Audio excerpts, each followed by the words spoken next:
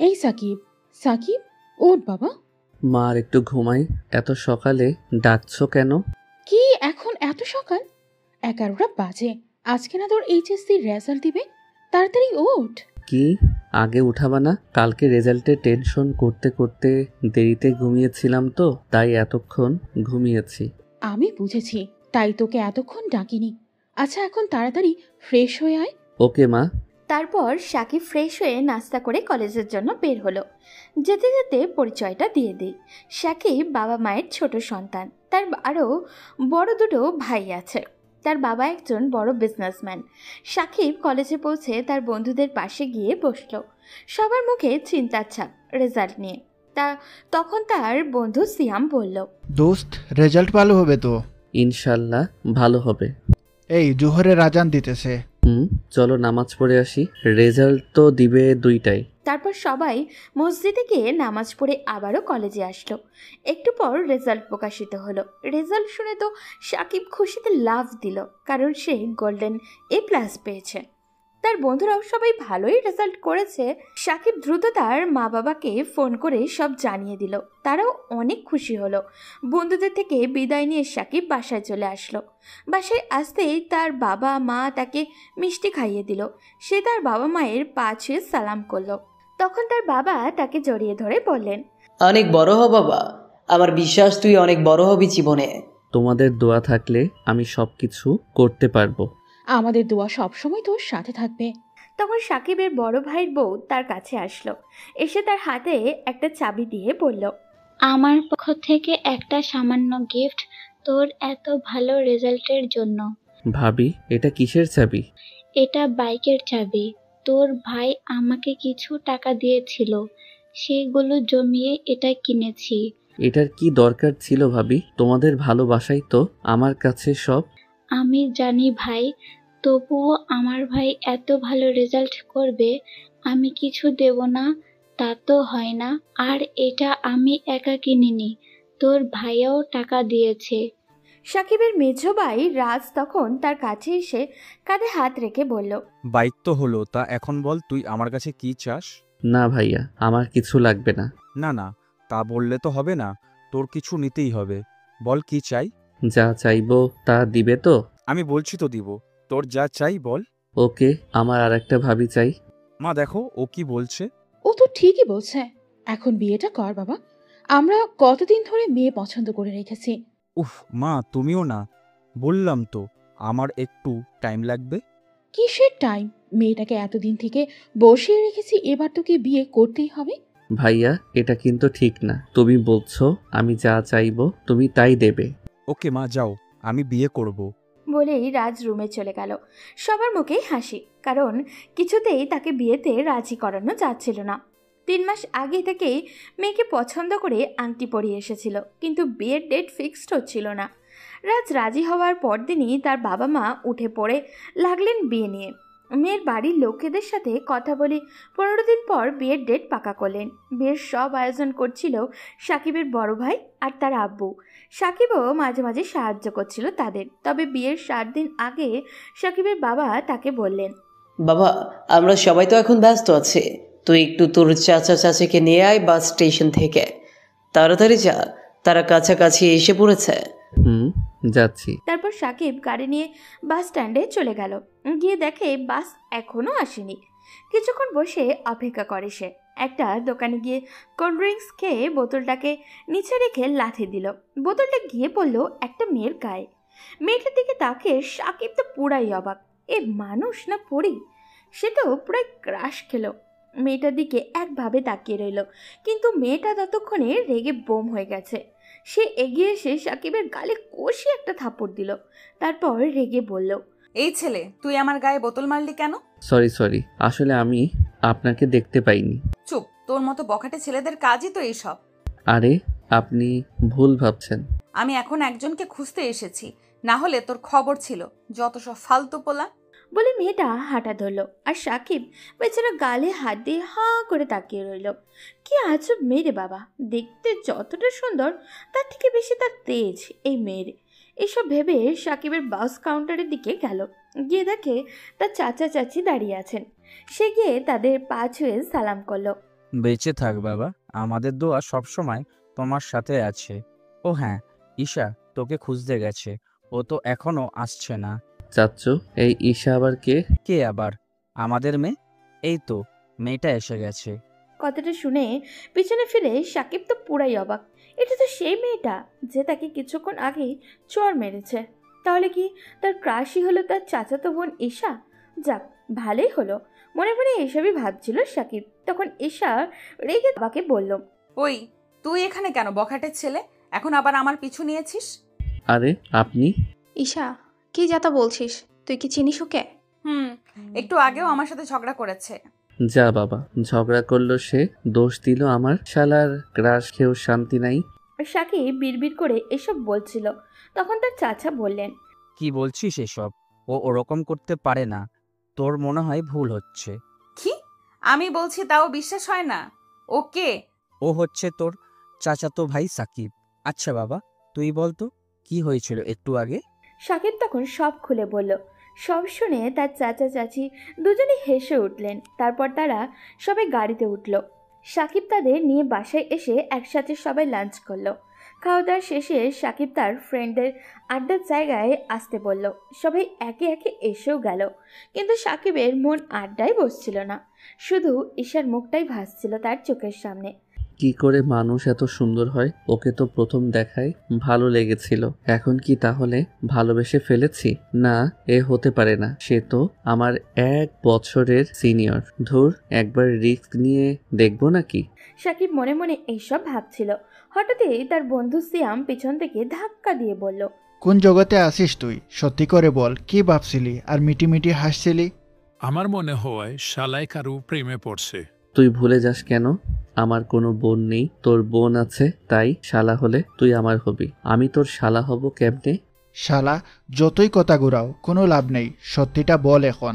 তাহলে শোন, আমার একজনকে ভালো লেগেছে, আমার চাচাতো বোন ঈশা। কিন্তু সমস্যা হলো সে আমার 1 বছরের সিনিয়র। আরে ভাই, এটা কোনো সমস্যা হলো? সিনিয়র হয়েছে তাতে কি, প্রেম করা যাবে না? যাবে, কিন্তু তবুও ভয় করে। দেখতে পরীর মতো, কিন্তু ভীষণ অহংকারী আর রাগী। এইসব চিন্তা যদি আগে থেকেই করে ফেলিস তাহলে হবে? তোকে আগে মাঠে নামতে হবে। সবাই মিলে এভাবেই আড্ডা দিতে দিতে 5টা বেজে গেল। হঠাৎই সাকিবের ফোনে রাজ কল করলো। ফোন ধরতেই রাজ বলল ঈশা মার্কেটে যাবে, সাকিবকে নিয়ে যেতে হবে। সাকিব ভাইয়ের ফোন রেখে বাসায় গেল। এসে যখন শুনল তাকে সাকিবের সাথে বাইকে যেতে হবে, তখন সে সাকিবের কাছে এসে বলল, তোর বাইকে যাব ভালো কথা, কিন্তু কথায় কথায় ব্রেক মারবি না। কারোর গায়ের উপর ওঠার ইচ্ছে আমার নেই। আমি ওই রকমের ছেলে না, আর এসবের ইচ্ছাও আমার নেই। ঈশা কিছু না বলেই বাইকে উঠে বসলো। সাকিব বাইক নিয়ে মার্কেটে আসলো। বেশ কিছুক্ষণ ঘোরাঘুরির পর যখন ঈশার কেনাকাটা শেষ হলো, তখন তারা দুজন বাইরে আসলো। বাইকে উঠতে যাবে, ঠিক তখনই সাকিব দেখলো তার ক্লাসের বান্ধবীগুলা দাঁড়িয়ে আছে। তিথি তখন সাকিবের কাছে এসে বলল, কিরে সাকিব, কে এটা? আর একসাথে মার্কেটে ব্যাপার বুঝলাম না। সাকিব তখন একটু মজা করে বলল, এটা তোদের ভাবি। সাকিব এটা বলে যে ঈশার দিকে তাকালো, দেখলো ঈশার রাগে চোখ মুখ কেমন জানি লাল হয়ে গেছে। সাকিব কিছুটা ভয় পেয়ে গেল, কিন্তু তিথি হেসে আবার বলল, আমাদের ভাবি তো দেখতে অনেক সুন্দর, অনেক সুন্দর মানিয়েছে তোদের। তা কবে থেকে শুরু করলি আমাদের না জানিয়ে? তোদের সাথে তো অনেক দিন দেখা হয়নি, তাই বলতে পারিনি। কুত্তা, একদম মিথ্যা বলবি না। তুই প্রথম সপ্তাহ আগেও আমাকে হাবিবের নামে মিথ্যে বলে টাকা নিয়েছিস। তোর কাছ থেকে অনেক দিন টাকা নেইনি, তাই তোর সাথে দেখা হওয়ার পর টাকা না নিলে হয়? তবে তোর জন্য কষ্ট হচ্ছে দোস্ত। এই, তুই আবার হ্যালি করছিস? আজ আমি তোকে 1 পয়সাও দেব না। ঈশা চুপচাপ এদের কাহিনী দেখছে আর হাসছে। তখন সাকিব নীলাকে বলল, আস্তে আস্তে তোদের রিলেশনের এমন 12টা বাজাবো না, আর কখনো জোড়া লাগবে না। না না দোস্ত, তুই আমার কলিজার দোস্ত না, এরকম করিস কেন? নীলাকে এমন ভদ্র সেজে কথা বলতে দেখে সাকিব ভাবলো এই সুযোগে কিছু টাকা হাতিয়ে নিতে হবে। তাই নীলাকে বলল, দোস্ত, ব্যাপারটা হচ্ছে কি, তোর বয়ফ্রেন্ড হাবিব তো আমার বন্ধু, কিন্তু সত্যি বলতে শালা জন্মের ধান্দাবাজ। প্রতিদিন আমার কাছ থেকে এটা ওটা বলে টাকা নিয়ে যায়। এখন শুধুমাত্র তোর রিলেশন টিকিয়ে রাখার জন্য ওর সাথে বন্ধুত্ব টিকিয়ে রাখছি। আর দোস্ত, তোর রেডিও প্লিজ অফ কর। আর কত লাগবে বল? এই তো সোনা, লাইনে এসেছো। 5,000 টাকা দিলেই হবে। আমি এসব বিষয়ে বেশি কথা বলি না। আমি জানি এখন আমাকে ওর টাকা দিতেই হবে, কারণ ওর একটা সিক্রেট আমি জানি। তখন নীলা রেগে ঈশা আপুর দিকে তাকিয়ে বলল, তোকে আমি দেখে নেব। আচ্ছা ভাবি, আপনি ওকে একটু সাহায্য করবেন প্লিজ? তোমাদের কি ও এভাবেই বোকা বানিয়ে টাকা নেয়?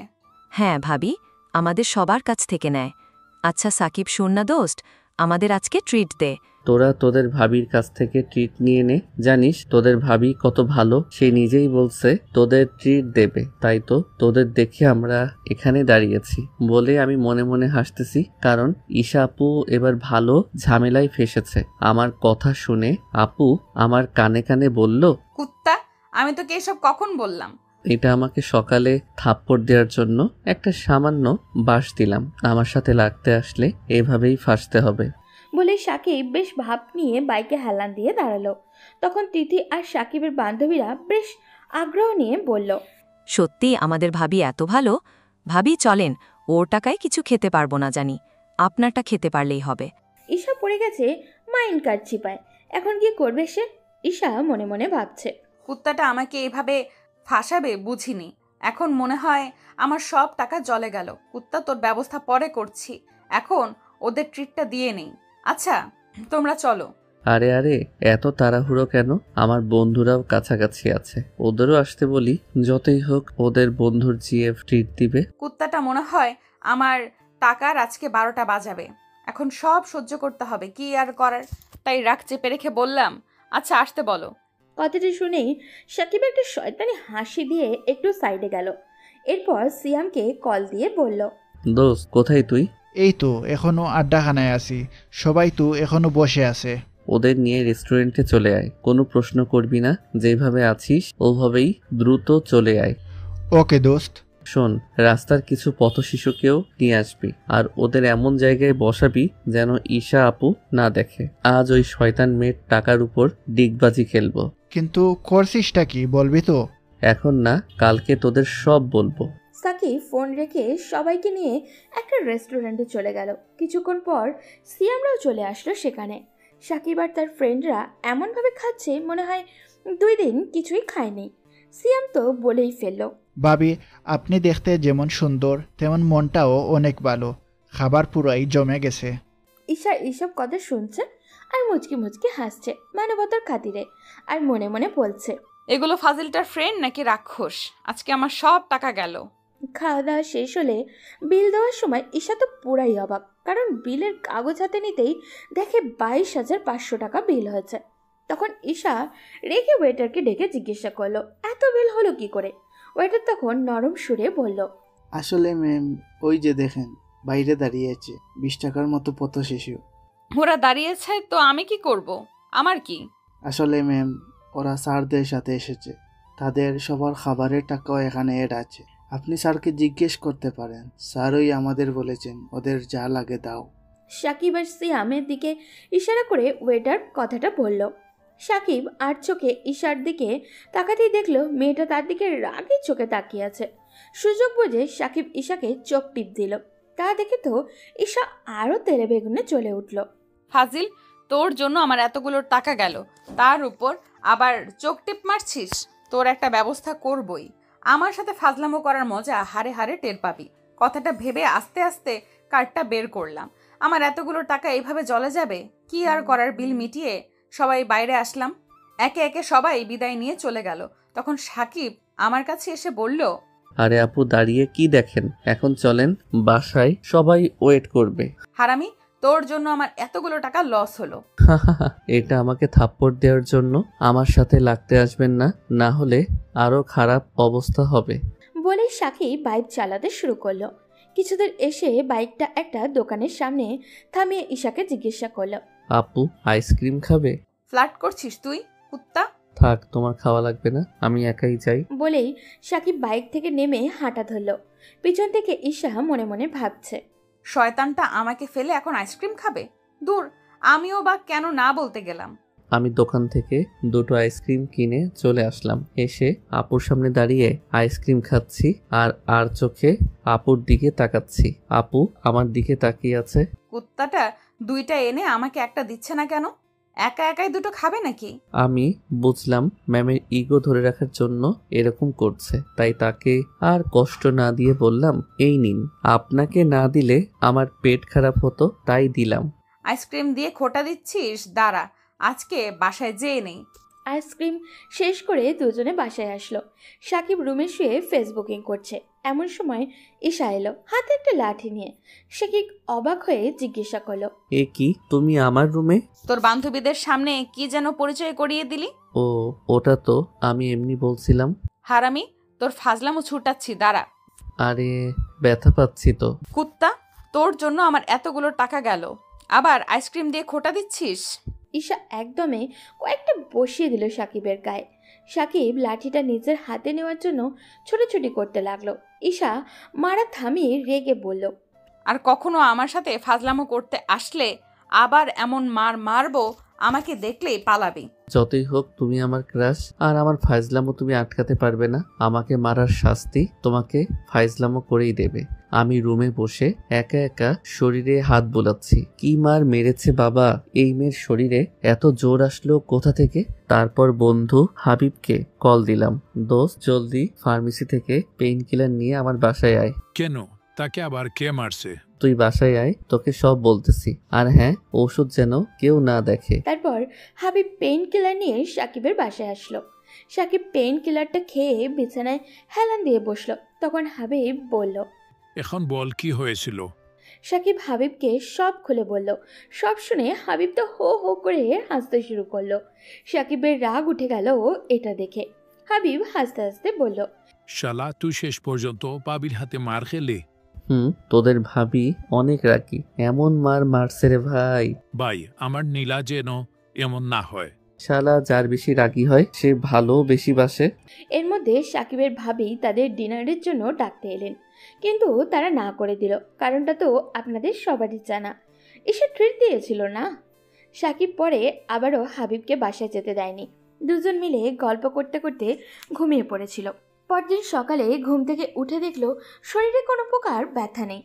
নাস্তা করে হাবিব আর সাকিব দুজনে ভাবতে বসলো কিভাবে ঈশার কাছ থেকে প্রতিশোধ নিবে।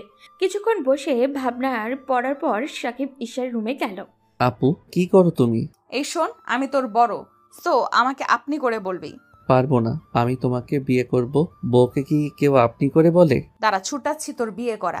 তুই ভাবলি কি করে তোর মতো একটা ছেলেকে আমি বিয়ে করব? লজ্জা করে না তোর?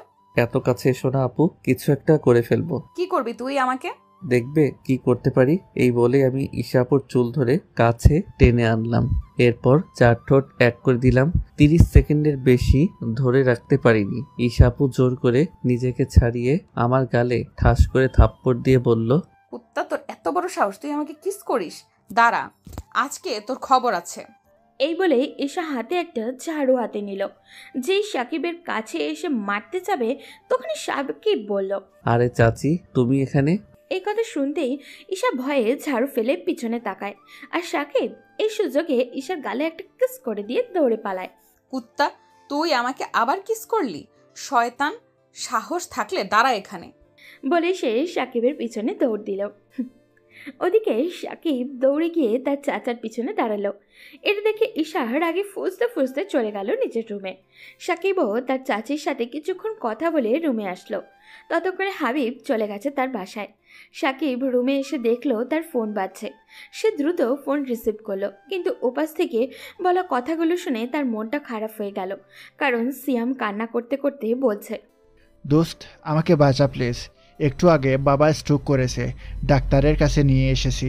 ডাক্তার বলেছে বাবা নাকি আমাকে ছেড়ে চলে গেছে। এখন বাসায় নিয়ে আসলাম। কয়েকটা লোক এসেছে বাবার কাছে, তারা নাকি প্রায় 11 লক্ষ টাকা পায়। এটা না দিলে তারা বাবার লাশ দাফন করতে দিবে না। কথাগুলো শুনে সাকিব দ্রুত হাবিবকে তার বাসায় নিচে আসতে বলল। সে আসতেই তারা দুজন দ্রুত ব্যাংকে চলে গেল। সেখানে সাকিব তার অ্যাকাউন্টে তার ভাইয়ের জমা করা সব টাকা তুলে নিল। এই টাকাটা সাকিবের ভাই তার অ্যাকাউন্টে রেখেছিল, কারণ তারা সাকিবকে বাইরে পড়তে পাঠানোর সিদ্ধান্ত নিয়েছিল। হাবিবও তার কাছে থাকা 1.5 লক্ষ টাকা তুলে সাকিবের হাতে তুলে দিল। এই মুহূর্তে বন্ধুর পাশে দাঁড়ানোটাই সবথেকে বেশি জরুরি। দুজন টাকা তুলে সোজা সিয়ামের বাসায় গেল। গিয়ে দেখে সিয়ামের মা আর ছোট বোনগুলো কান্না করছে। সাকিব সিয়ামকে ডেকে টাকাগুলো হাতে তুলে দিল। সঙ্গে সঙ্গে সিয়াম তার বাবার সব ঋণ পরিশোধ করলো। সব ঝামেলা শেষে সিয়ামের বাবার দাফনের কাজ শুরু হলো। দাফন শেষে তারা যখন সিয়ামের বাসায় ফিরল, তখন সিয়ামের ঘরে ঢুকেই সাকিবকে জড়িয়ে ধরে কান্না করতে শুরু করলো। সিয়ামের মাও এসে সাকিবকে বুকে জড়িয়ে ধরে বললেন, বলো বাবা, আমি কি দিয়ে তোমার এই ঋণ শোধ করব? আমার তো কিছুই নেই। মানুষটা হয়তো কোনোদিন ভাবতেও পারিনি মৃত্যুর পর টাকার জন্য মানুষ তার লাশ আটকে দিবে। আন্টি, এসব আপনি কি বলছেন? আমি আপনার সন্তানের মতো। আপনার সন্তান কি আপনার জন্য এইটুকু করতে পারে না? সাকিব সিয়ামের মাকে সোফায় বসিয়ে সিয়ামের কাছে গেল। হাবিব অনেকক্ষণ ধরে চেষ্টা করেও সিয়ামের কান্না থামাতে পারছে না। সাকিব তখন সিয়ামের কাঁধে হাত রেখে বলল, দোস্ত, তুই এইভাবে যদি ভেঙে পড়িস তাহলে হবে? আমাদের কিছু একটা করতে হবে। তোর বাবার বিজনেসটা তোকেই আবার দাঁড় করাতে হবে। কিন্তু সেটা কিভাবে সম্ভব? আমাদের হাতে কিছুই নেই। বাবার লাস্ট কয়েক মাসে অনেক লস হয়েছে। মূলত এই বিজনেসে লস হওয়ার কারণেই বাবার অসুখ আরও বেড়ে গিয়েছিল। আর আমি ব্যবসার আগামাতা কিছুই বুঝি না। বুঝি না বললে তো হবে না, তোকেই এই পরিবারের হাল ধরতে হবে। আমরা সব ফ্রেন্ডরা মিলে তোর ব্যবসায় ইনভেস্ট করব। আমি কালই সবাইকে খবর দিব। তুই কিছু না করলে এই ফ্যামিলি চলবে কি করে? সিয়াম আর কিছু বলল না। এরপর সাকিব আর হাবিব ফিরে এসে তাদের বন্ধু বান্ধবদের খবর দিল। 2-3 জন রাজিও হলো। এইসব নিয়েই ব্যস্ত হয়ে ঈশার সাথে 4-5 দিন আর কোনো দেখাই হলো না সাকিবের। 1 সপ্তাহ পর সিয়াম আর হাবিব মিলে সিয়ামের বাবার বিজনেসটা আবারও শুরু করলো। সিয়ামের বাবার কাপড়ের বিজনেস ছিল। ফ্যাশন ডিজাইনার ছিলেন তিনি, কিন্তু ব্যবসায় লস হওয়ার কারণে এমন একটা পরিস্থিতিতে এসে পড়েছিলেন যে মানসিক চাপ সামলাতে না পেরে স্ট্রোক করেছিলেন। সাকিব তার বন্ধুদেরকে সব বুঝিয়ে দিল, তবে সে সরাসরি জয়েন করতে পারবে না। সেই জন্য সব দায়িত্ব হাবিব আর সিয়ামকেই নিতে হবে। সিয়ামের একটা বাইক ছিল, সেটাও বিক্রি করে দিল। আর সাকিবও তার বাবা আর ভাইকে বলে তাদের পরিবার থেকেও কিছুটা টাকা সিয়ামের হাতে তুলে দিল। প্রিয় বন্ধুকে কিছুটা ভালো অবস্থায় দেখতে পেয়ে সাকিবের মনে বেশ ভালো ছিল। গুনগুন করে গান গাইতে গাইতে ছাদে গেল। গিয়ে দেখল ঈশা ছাদে দাঁড়িয়ে আছে। তার দুষ্টুমি করে ঈশার পিছনে গিয়ে দাঁড়ালো। ঈশা এক মনে কিছু একটা নিয়ে ভাবছে। এই সুযোগে সাকিব ঈশার গালে চুমু দিয়ে দৌড় দিল। ঈশা তখন রেখে সাকিবের পিছনে দৌড়ে আসলো, কিন্তু সাকিব রুমে এসে ভিতর থেকে দরজা বন্ধ করে দিল। ঈশা বাইরে দাঁড়িয়ে তাকে গালাগালি করতে শুরু করলো। সাকিব সব শুনে শুধু হাসছিল, কারণ এখন চাইলেও ঈশা তার কিচ্ছু করতে পারবে না। বিকেলবেলা সাকিব রুমে বসে মোবাইল টিপছিল। ঈশা ধীর পায়ে সাকিবের রুমে ঢুকলো। দেখলো সে বেশ মনোযোগ দিয়ে গেম খেলছে। তখন ঈশা আস্তে আস্তে সাকিবের কাছে আসলো। এসেই টান দিয়ে সাকিবের হাত থেকে ফোন নিয়ে মারলো এক আছাড়। বেচারা ফোন আর এই চাপ সামলাতে না পেরে ভেঙে টুকরো টুকরো হয়ে মারা গেল। সাকিব হাঁ হয়ে তার সাথে কি হচ্ছে বোঝার চেষ্টা করলো, কিন্তু যখন বুঝলো বেচারা তার শখের ফোনটার মৃত্যু হয়েছে, তখন উত্তেজনা হয়ে বলল, এ কি আপু, তুমি এরকম করলে কেন? আমার এত শখের ফোন তুমি ভাঙলে কেন? তোর ফোনের গুষ্টির পিন্ডি, আগে বল তুই আমাকে কিস করার সাহস কই পেলি? ফোন ভাঙলো আমার, আবার আমাকেই রাগ দেখাচ্ছে। আমি কিছুটা ভয় পেয়ে গেলাম। পিছনে চাচিকে দেখে চাচি বলে ডাক দিলাম, কিন্তু এবার ঈশা আপু ভয় পেল না, বরং স্বাভাবিক দাঁড়িয়ে থেকে আমার কলার চেপে ধরে বলল, এইবার আর মিথ্যা বলে পালাতে পারবি না।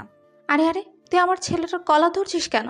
চাচি দেখো না, তোর মেয়ে আমাকে মারতে এসেছে। কি রে ঈশা, তুই ওকে মারতে চাইছিস কেন?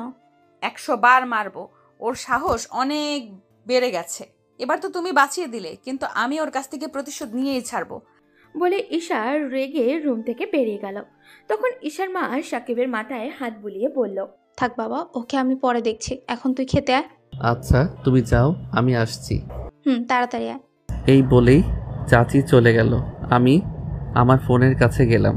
গিয়ে দেখি ফোনের ডিসপ্লে ভেঙে টুকরো টুকরো হয়ে গেছে। খুব কষ্ট হচ্ছিল, কারণ অনেক কষ্টে নিজের টাকা জমিয়ে ফোনটা কিনেছিলাম। সব রাগ চাপা রেখে ফোন থেকে সিম আর মেমোরি খুলে রেখে ফোনটা ফেলে দিলাম। আর মনে মনে বললাম, তুমি আমার কষ্টের ফোন ভাঙলে, তাই না? এই ফোন আবার আমি তোমার টাকা দিয়েই কিনবো।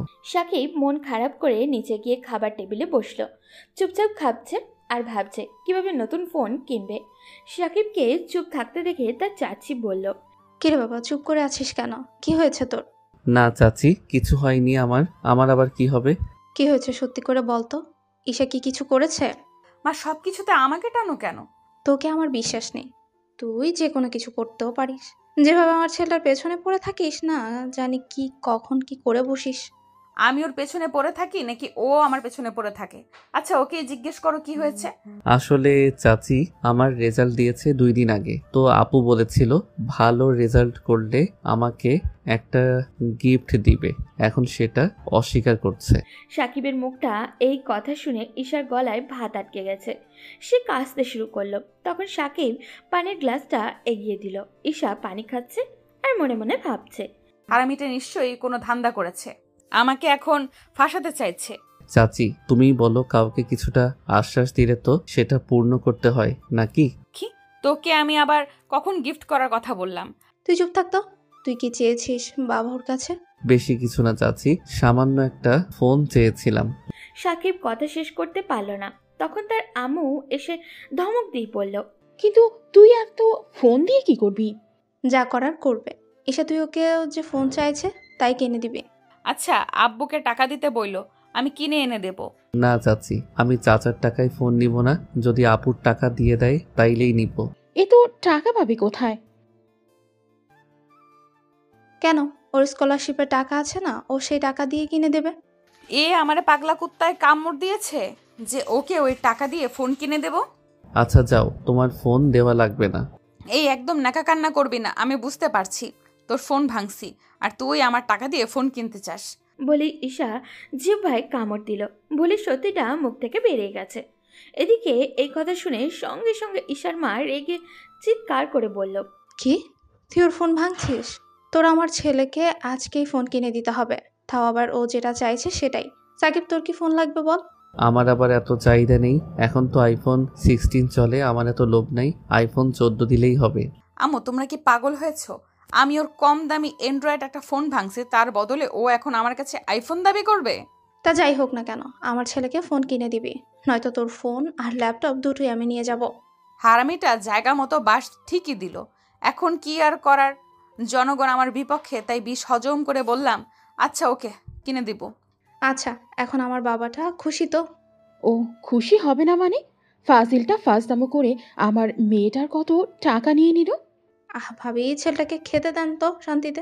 আমি ঈশা আপুর দিকে তাকালাম। সে রেগে বোম হয়ে আছে। তা দেখে নিজেকে নিয়ে বেশ গর্ববোধ করলাম।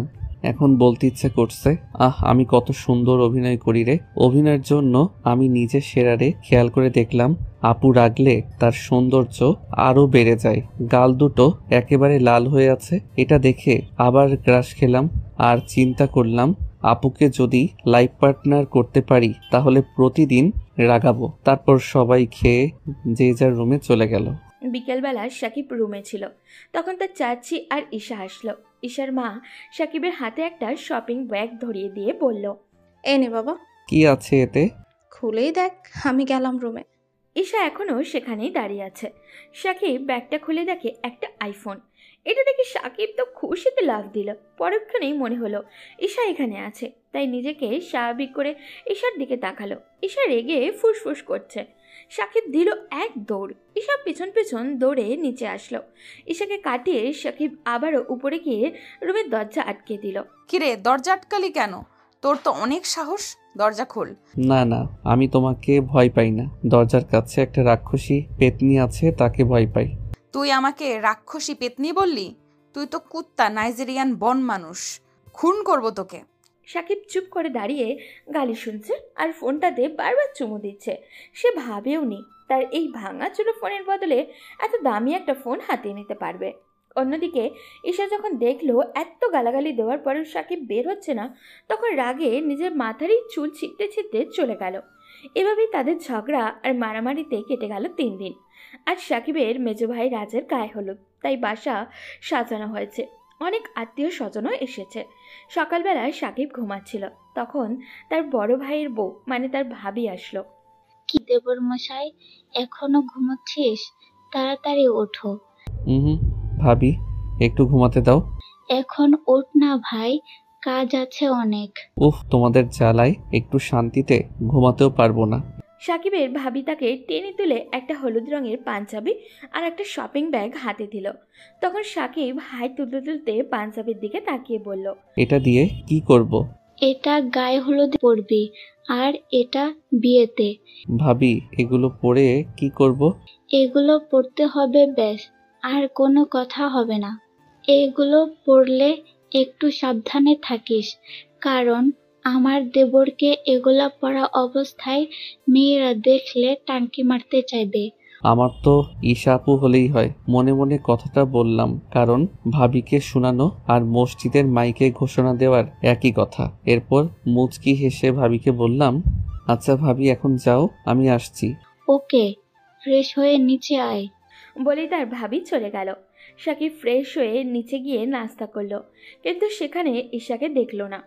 তাই নাস্তা করে ঈশাকে খুঁজতে খুঁজতে ছাদে গেল। গিয়ে দেখলো ঈশা তাদের কাজিনদের সাথে আড্ডা দিচ্ছে। সাকিব তাদের কাছে গিয়ে রাগানোর জন্য বলল, কি মিস ময়দা সুন্দরীরা, কি করছো সবাই? কি বললি তুই? আমরা ময়দা সুন্দরী? তো কি, যেভাবে ময়দা দিয়েছেন, এতে একটা ময়দার দোকান দিলে ময়দা ব্যবসায়ী 1 বছরে কোটিপতি হয়ে যাবে। তুই এখান থেকে যাবি নাকি তোর নাক ফাটাবো? সব সময় তিতা কথা বলো কেন? জন্মের সময় কি মিষ্টি কিছু মুখে দেয়নি? কি আমি তিতা? দাঁড়া, আজকে তোর একদিন কি আমার যে কয়দিন লাগে। এই বলে ঈশা ছাদের উপরে থাকা একটা নোংরা ঝাড়ু হাতে নিল। আরে আরে করছো কি? আমি তো মজা করছিলাম। তারা ছুটাচ্ছি তোর মজা। তাদের এই কাহিনী দেখে সবাই কাজিনরা হাসছে। পরিস্থিতি গরম, তাই সাকিব দিল এক দৌড়। ঈশা পেছনে আসতে কেউ আসলো না। সবার সাথে আবারও আড্ডা দিতে গিয়ে বসে পড়ল।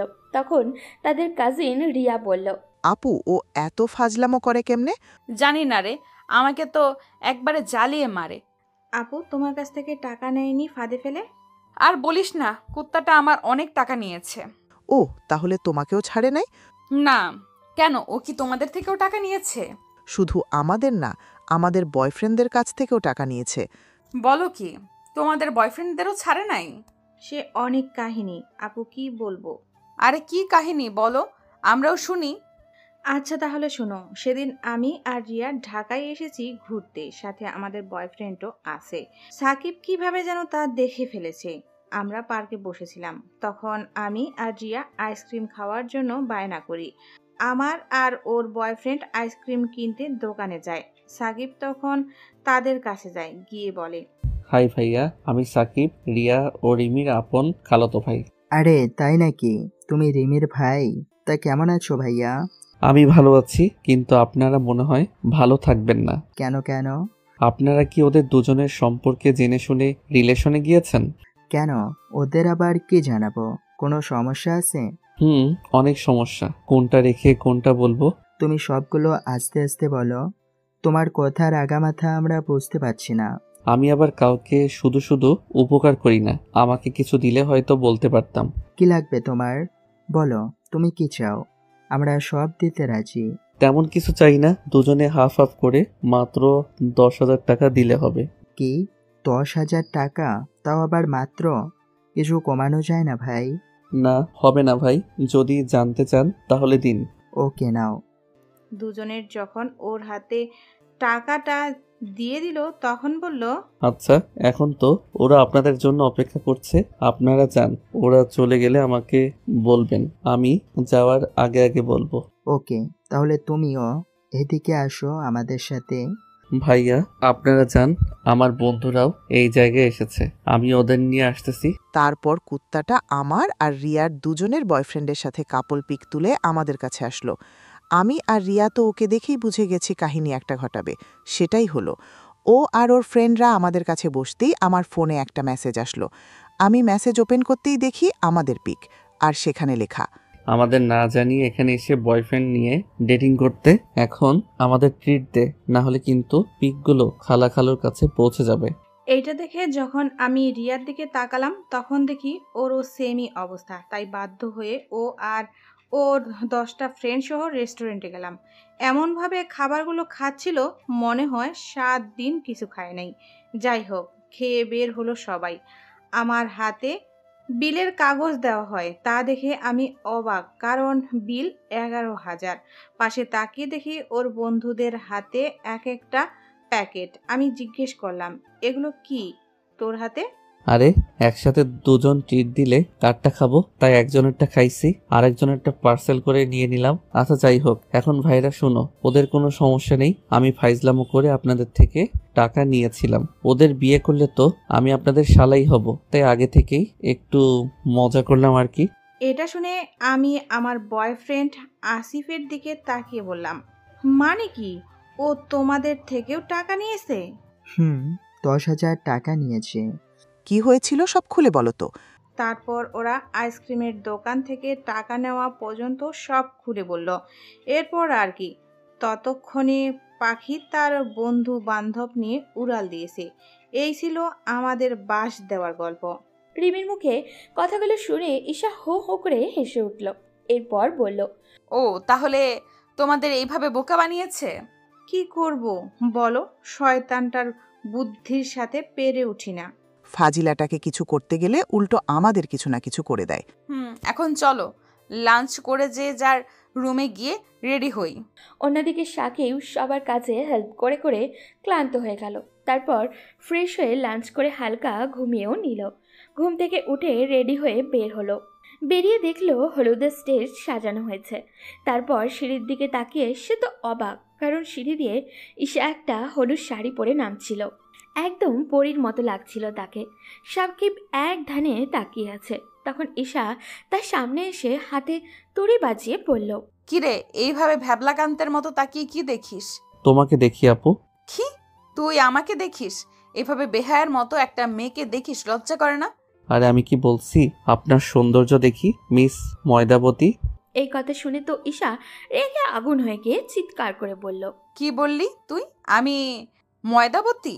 তা নয়তো কি, যেভাবে ময়দা দিয়েছেন এতে 1 বস্তা ময়দা মনে হয় আপনার মুখেই আছে। কি বললি তুই? দাঁড়া, আজকে তোর একদিন কি আমার যে কয়দিন লাগে। বলে ঈশা সাকিবকে ধরতে যাবে, তার আগে সাকিব সেখান থেকে চলে গেল। রুমে গিয়ে তার ক্যামেরা নিয়ে বের হলো। সবাই যার যার মতো ক্যামেরাম্যানের কাছে গিয়ে ছবি তুলছে। এদিকে সাকিব সুযোগ পেলেই ঈশার ছবি তুলছে। হঠাৎই ঈশার চোখে সেটা ধরা পড়তেই সে সাকিবের কাছে এসে রেগে বলল, তুই আমার ছবি তুললি কেন? কই না তো, আমি কেন তোমার ছবি তুলবো? তোতলাচ্ছিস কেন তুই? আমি নিশ্চিত তুই আমার ছবি তুলেছিস। কই, আমি তোমার কোনো ছবি তুলিনি। বললেই হলো? দেখি তো ক্যামেরাটা দে। কি করবে ক্যামেরা দিয়ে? বললাম তো আমি তোমার কোনো ছবি তুলিনি। আরে তুই আগে ক্যামেরা দে। এই বলেই ঈশা জোর করে ক্যামেরাটা নিয়ে নিল।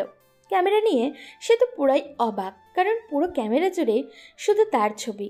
এবার ঈশা সাকিবের দিকে রাগী একটা লোক নিয়ে তাকালো। কিরে, তুই তো বললি একটা ছবিও তুলিসনি। আসলে আপু হয়েছে কি? আসলে কি? দাঁড়া, তোকে আজকে আমি। বলে সে আশেপাশে কিছু একটা খুঁজতে লাগলো। ঠিক সেই সময় তার চাচি কোথা থেকে এসে বলল, আরে তোরা এখানে? আমি তোদের সারা বাড়ি খুঁজে বেড়াচ্ছি।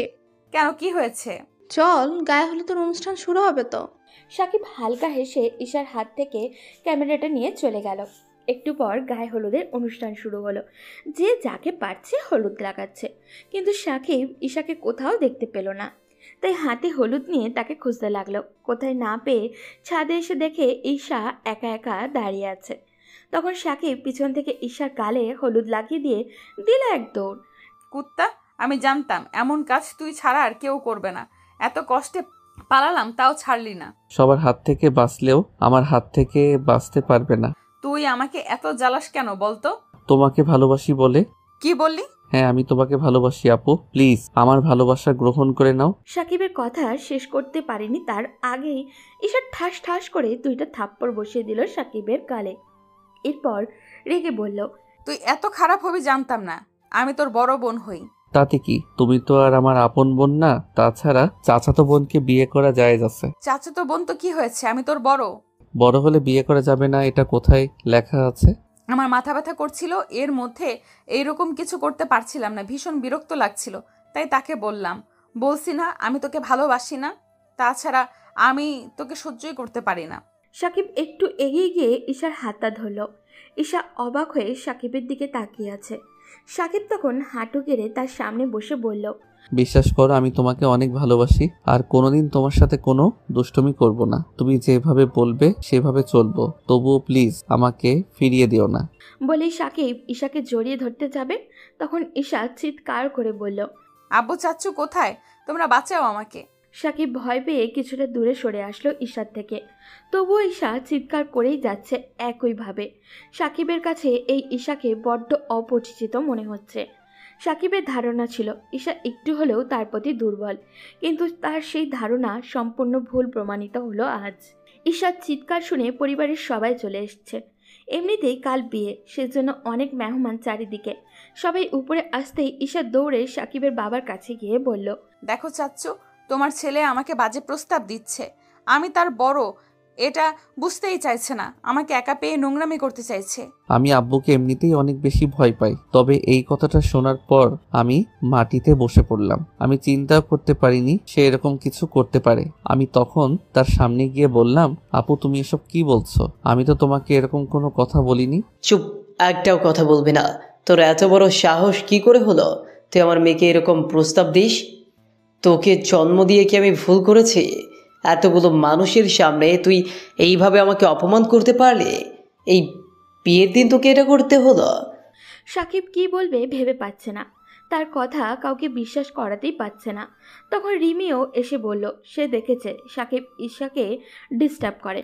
এই কথা শুনে আত্মীয় স্বজনের সামনে তার বাবার মুখ কালো হয়ে গেল। গায়ে হলুদে আসা মহিলারাও কানাঘুষো শুরু করলো।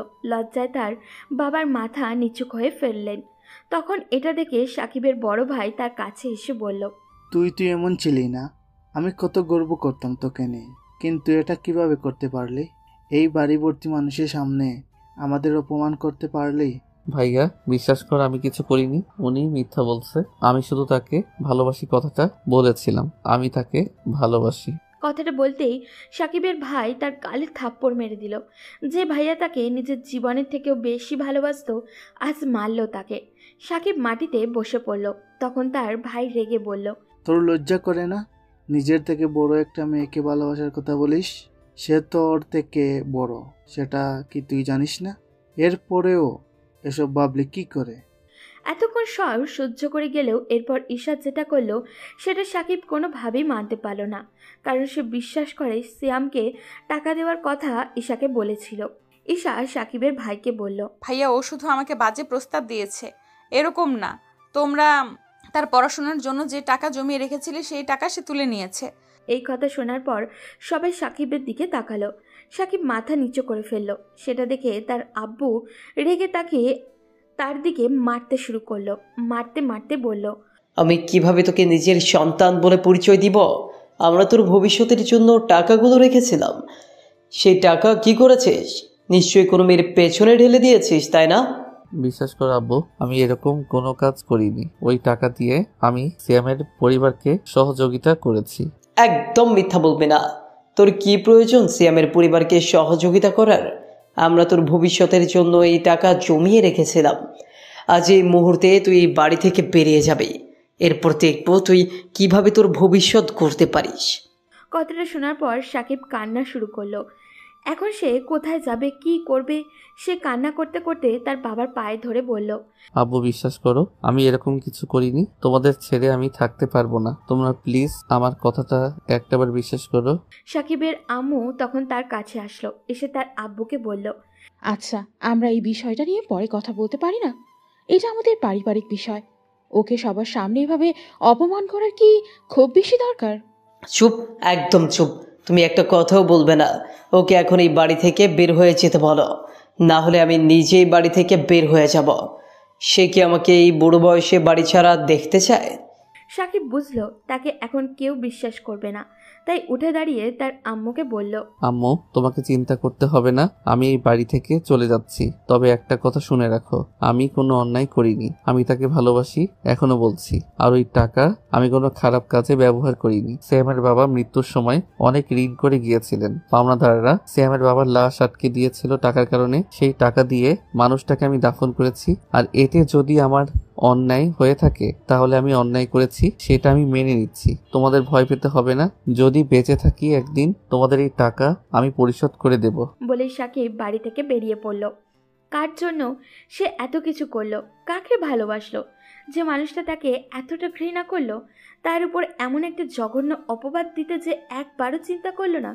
সে বুঝতে পারছিল না এখন কি করবে, কোথায় যাবে। অন্ধকার রাস্তা ধরে হাঁটছিল শুধু। এদিকে তার বাড়িতে ঘটে যাওয়া এই অনাকাঙ্ক্ষিত ঘটনা তার বন্ধুরাও জানতে সময় চায়নি। সিয়াম তো সাকিবের সাথে একরকম হয়েছে শুনে পাগল হয়ে গিয়েছে। সিয়ামের ধারণা ছিল তার জন্যই সাকিবের এই অবস্থা, কিন্তু সিয়াম জানে না আসল ব্যাপারটা। সে সাকিবকে খুঁজে বের করলো, এরপর জোর করে তার বাসায় নিয়ে গেল। সিয়ামের পরিবারের সবাই তখন সাকিবকে নিয়ে ব্যস্ত হয়ে পড়েছে। সাকিব ধীরে ধীরে তাদের সব কিছু খুলে বলল, কারণ তারা ভাবছিল সব কিছু তাদের কারণেই হয়েছে। সাকিব তাদের বোঝালো, তবুও সিয়াম পরিবারের নিজেদের অপরাধী ভাবছিল। সিয়াম তখন তাকে বলল, আমি জানি দোস্ত, আমাদের কারণে এসব হয়েছে। আমার বাবার মৃত্যুর পর যদি তুই এই টাকাগুলো খরচ না করতি তাহলে তোকে এই পরিস্থিতির সম্মুখীন হতে হতো না। তুই শুধু শুধু এসব বলে আন্টিকেও চিন্তায় ফেলছিস। তোকে তো বললাম আসল ঝামেলা এই টাকা নিয়ে নয়।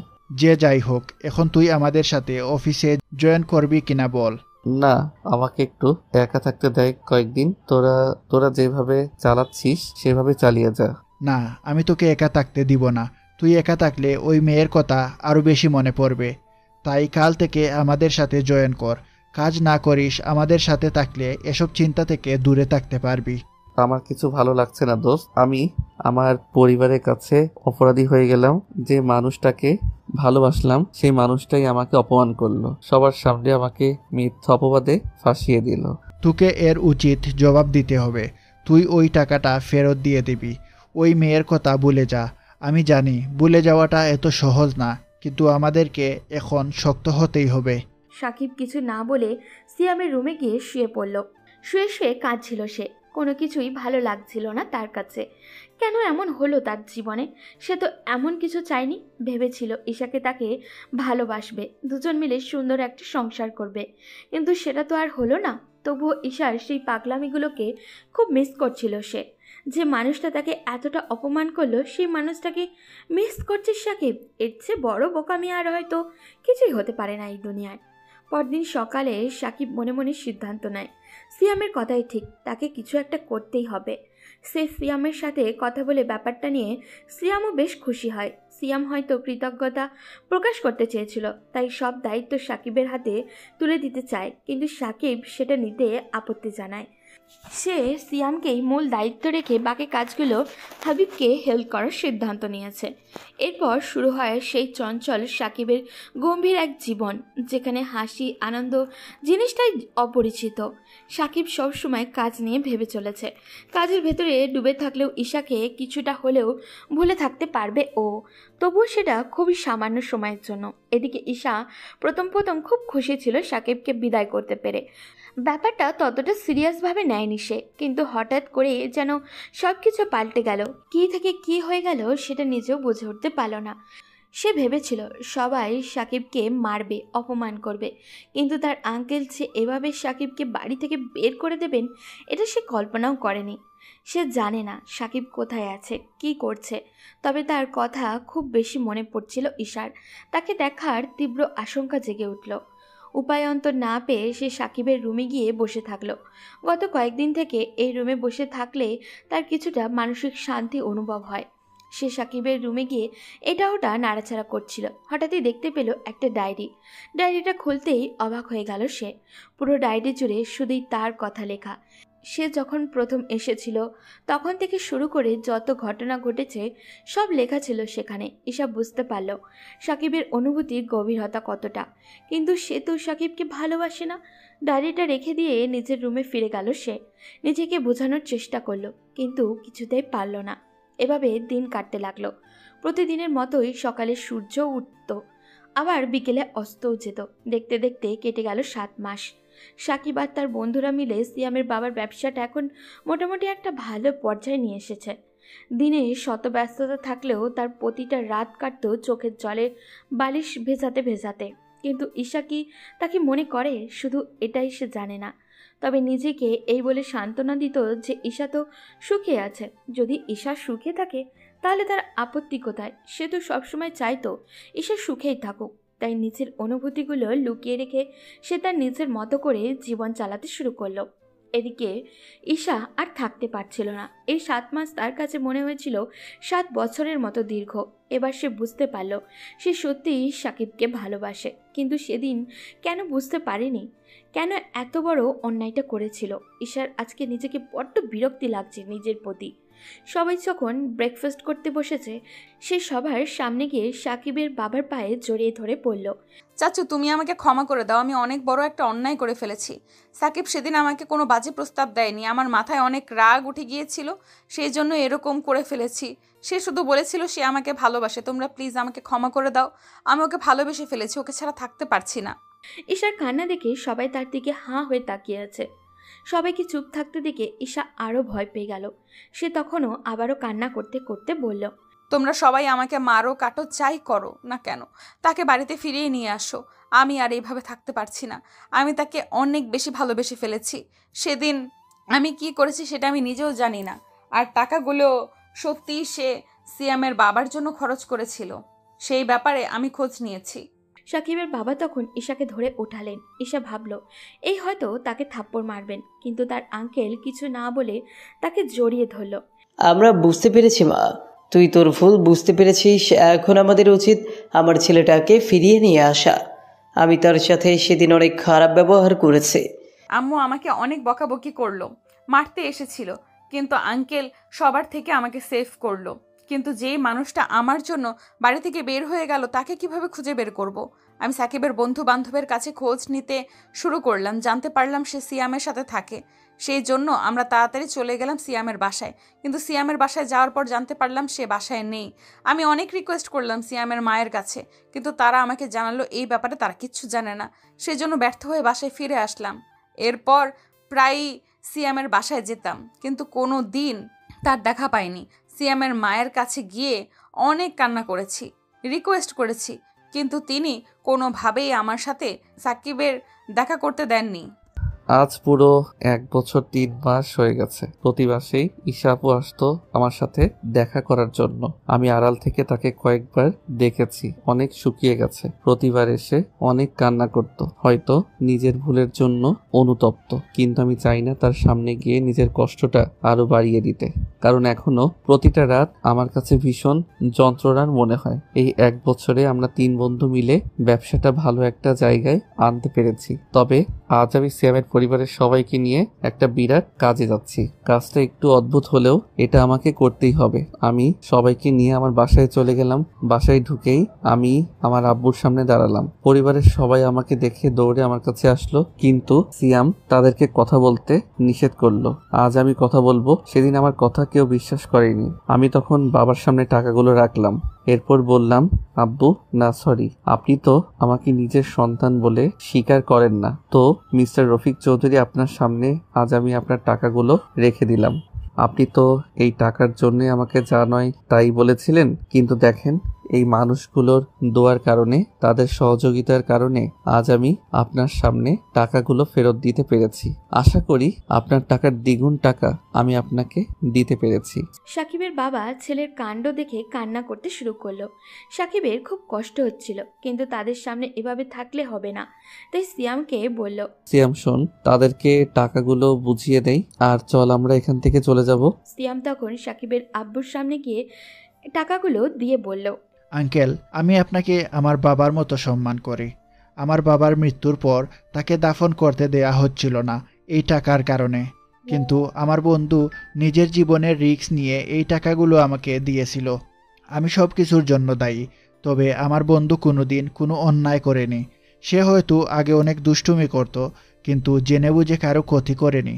সেটা আমি খুব ভালো করেই জানি। আপনি কিভাবে নিজের সন্তানকে অবিশ্বাস করতে পারলেন?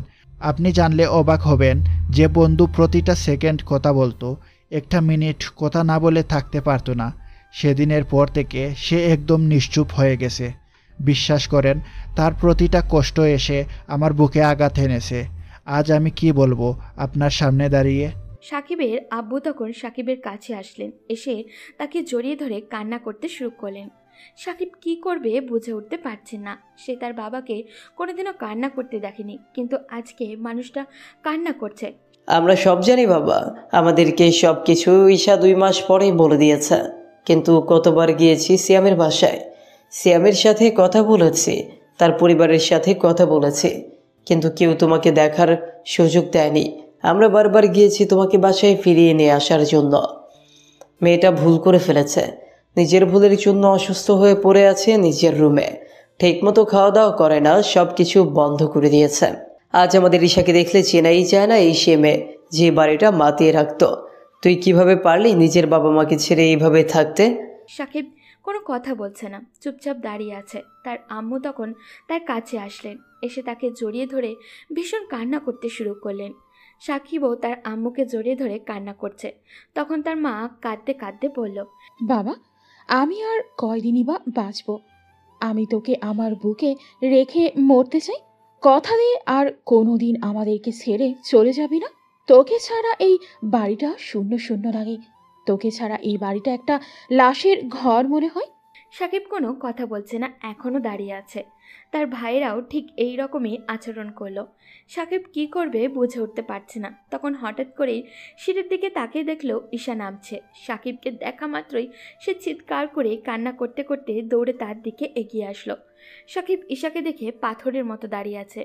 সে ঈশার দিকে তাকাতে পারছে না। এই রকম অবস্থা কি করে হলো মেয়েটার? এত ভয়ঙ্কর পরিস্থিতি সে তো চায়নি। ঈশা তখন কান্না করতে করতে সাকিবের পা ঝরিয়ে ধরে বলল, প্লিজ আমাকে ক্ষমা করে দাও। আমি অনেক বড় অন্যায় করেছি। আমি জানি আমি যে অন্যায় করেছি সে অন্যায়ের কোনো ক্ষমা হয় না। সেদিন আমি তোমার অনুভূতি বুঝতে পারিনি, কিন্তু এখন আমি প্রতিটা মুহূর্তে বুঝতে পারি তোমাকে আমি কতটা ভালোবাসি। প্লিজ আমাকে ক্ষমা করে দাও শেষবারের মতো। সাকিব কোনো কথা বলছে না, চুপচাপ দাঁড়িয়ে আছে।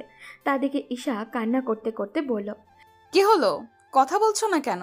এতদিন আমি বেঁচে ছিলাম শুধু তোমার জন্য, তোমার কাছে ক্ষমা চাইবো বলে, কিন্তু এখন ক্ষমা চাইছি। যদি ক্ষমা না করো তাহলে আমি আত্মহত্যা করব। আমি শুধু চাইছিলাম তোমাকে শেষবারের মতো কথাটা বলতে। যদি বলতে পারি তাহলে আমি আত্মহত্যা করব, যদি না বলতে পারতাম তাহলে মরেও শান্তি পেতাম না। ঈশা মরে যাবে কথাটা শোনার পর সাকিবের মনটা অস্থির হয়ে গেল, কিন্তু সে কি করবে বুঝে উঠতে পারছিল না। তখন সিয়ামের মা তাদের কাছে আসলেন, এসে বললেন, বাবা, আমার জন্য তুমি সব কিছু হারিয়েছিলে। আজ আমি বলছি, জীবনে অনেক খারাপ পরিস্থিতি আসে যেটা আমাদেরকে ভালো পরিস্থিতির কাছে নিয়ে যায়। সেই দিন যদি সে তোমাকে অপমান করে এই বাড়িতে থেকে বের না করে দিত, তাহলে তুমি আজকে এই জায়গায় পৌঁছাতে পারতে না। সেদিনের অপমানের কারণে আজকে তুমি নিজেকে চিনতে শিখেছো। তাই ওইটাকে তোমার জীবনের একটা ভালো মুহূর্ত মনে করো। সব কিছু ভুলে তাকে ক্ষমা করে দাও। সে নিজের ভুল বুঝতে পেরেছে। আন্টি, কি বলবো, আমি চাইলেও তাকে ক্ষমা করতে পারছি না। নিজের মনের কাছে আমি হেরে যাচ্ছি। দেখো বাবা, আমরা যেটাকে নিজের মনের মধ্যে ধারণ করে রাখি সেটাই আমাদের সাথে হয়। তুমি এখন তাকে ঘৃণা করছো না, বরং দূরে সরে যাওয়ার চেষ্টা করছো, কিন্তু তুমি কোনোদিনও সেটা পারোনি। অন্তত আমি খুব ভালো করেই জানি। আমি রাতে তোমাকে কান্না করতে দেখেছি। তুমি তাকে আগের মতোই ভালোবাসো। তাই সব কিছু ভুলে কি নতুন করে শুরু করা যায় না? আমি আর কিছু বলতে পারলাম না। তখন সিয়াম এসে আমাকে শেষ পর্যন্ত সবকিছু ভুলে আবার নতুন করে শুরু করতে হলো।